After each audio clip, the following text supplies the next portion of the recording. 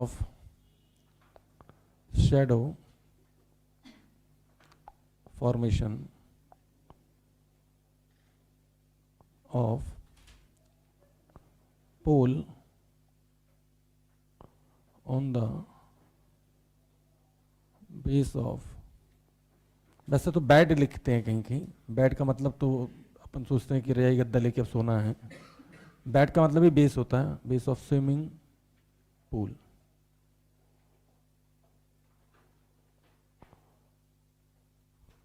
ठीक,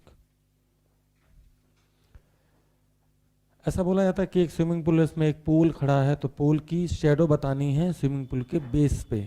ठीक, ध्यान दें, अगर रेज्यू शीट करते हैं आप आईटी की तो उसमें एचएलपी में मिलेगा ये सब। ठीक, एचएलपी मतलब कौन सा हाई लेवल है, वो भी आखिरी वाले पार्ट में देखना। ठीक, सब्जेक्टिव। ये पोल थोड़ा टेढ़ा हो गया, ये पोल है, शेडो बनती है लाइट रुकने के कारण, शेडो बनती है लाइट रुकने के कारण। पोल की टोटल हाइट तो पता नहीं, लेकिन जो पानी के ऊपर है वो √3 मीटर है और ये 1 मीटर है। ये सेम सवाल रेजो में कुछ इस तरीके से भी पूछते हैं कि एक आदमी की हाइट है √3 मीटर और सिक्का देख रहा है, सिक्का नीचे सिक्का डाल के। ठीक, तो बात वही है, आदमी √3 का ले लो, पानी की हाइट 1 मीटर ले लो, सिक्का यहाँ ले लो, बात वही है। ठीक, सिक्का मतलब कॉइन पड़ा है स्विमिंग पूल के अंदर तो उसको देख रहा है वो, कुछ सवाल रहता है। ठीक, कोई अंतर नहीं है, सेम है, सब माया जाल है। चले तुम स्नेल लॉ के नाम पे पढ़ा क्या दोगे? रिफ्लेक्शन में अगर तुम ध्यान से देखो तो एंगल बराबर एंगल आई बराबर एंगल आर ही तो है, बाकी तो हमने तुम्हें फंसाया था ज्योमेट्री में 10th क्लास में। अब लाइट रे आ रही है हॉरिजॉन्टल से 30 डिग्री पे, कितने पे आ रही है? हॉरिजॉन्टल से 30 डिग्री पे। ये रहे सूर्य देवता आपके। ठीक, तो ये सारी लाइट रे रुक जाएंगी भैया, तो आखिरी लाइट रे जो यहां से पहुंचेगी, तेरी तो सत्यानाश, सीधी है ना, ऑलमोस्ट सीधी मान लेते हैं। चलो,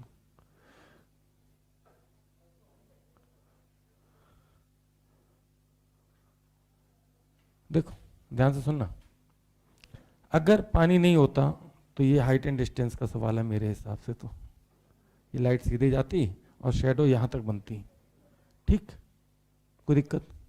शेडो भाई अगर ये पानी नहीं होता, नीचे का मीडियम भी दे देते हैं, कुछ √3/2 दिया इन्होंने, फिर से कुछ कुछ होना चाहिए √3/2 को देख के। ठीक, ये लाइट ऐसे आई, अगर पानी नहीं होता नीचे वाला मीडियम, ऊपर वाला एयर है, ठीक, नीचे कुछ मीडियम चाहिए, तो सीधा ऐसे आता, और ये लेंथ चाहिए तो ये एंगल पता है, ये लेंथ पता है, tan थीटा बराबर परपेंडिकुलर अपन बेस निकालते खट से आंसर, कोई दिक्कत? अब ये सवाल भैया भारी क्यों हो गया? क्योंकि हल्की सी फिजिक्स लग गई लाइट बैंड की, और शेडो अब इतनी बनेगी, क्योंकि पहले तो सीधी जाती लेकिन बैंड कर गई तो शेडो यहाँ तक बनेगी, कोई दिक्कत? तो उसने पूछा लेंथ ऑफ शेडो बता दो, मतलब कि x2 और x1 बता दो,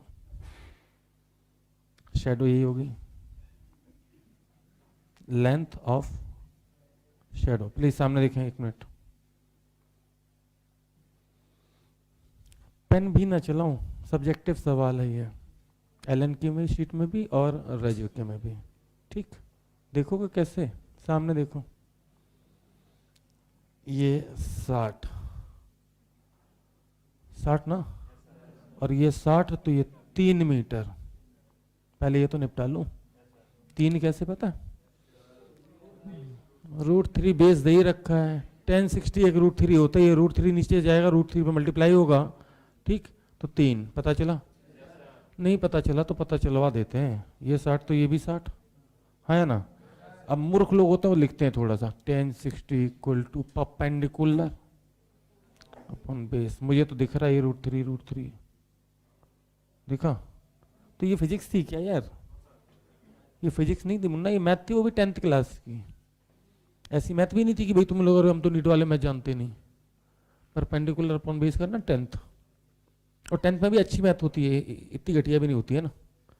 अब सुनो सुनो तो सही, बात इतनी सी होती तो कोई बात नहीं थी। अब मुझे अच्छे से पता है कि अगर x2 चाहिए तो मुझे बेस चाहिए, ये एंगल चाहिए।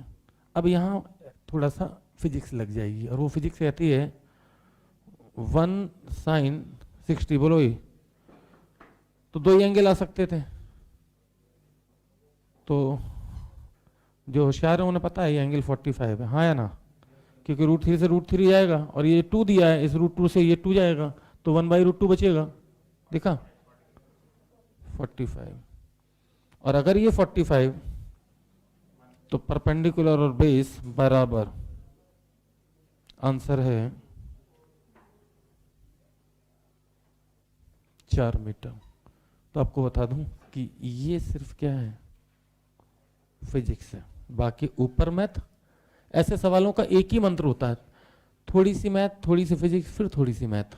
कहने मतलब चाहो तो वो 45 आ गया, लेकिन तो 45 नहीं होता तो 1 नहीं आता, थोड़ी सी मैथ तुम्हें फिर लगानी पड़ती है।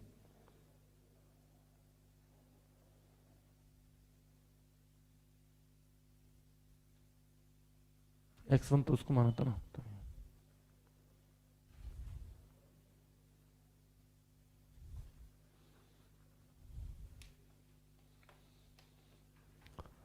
थोड़ी सी टिग्नोमेट्री, थोड़ा सा स्नेल लॉ, फिर थोड़ी सी टिग्नोमेट्री और सवाल खत्म। तो ऐसे सवालों की रेसिपी यही है, तो टिग्नोमेट्री मिलाइए, थोड़ा सा स्नेल्स लॉ और फिर थोड़ी सी टिग्नोमेट्री।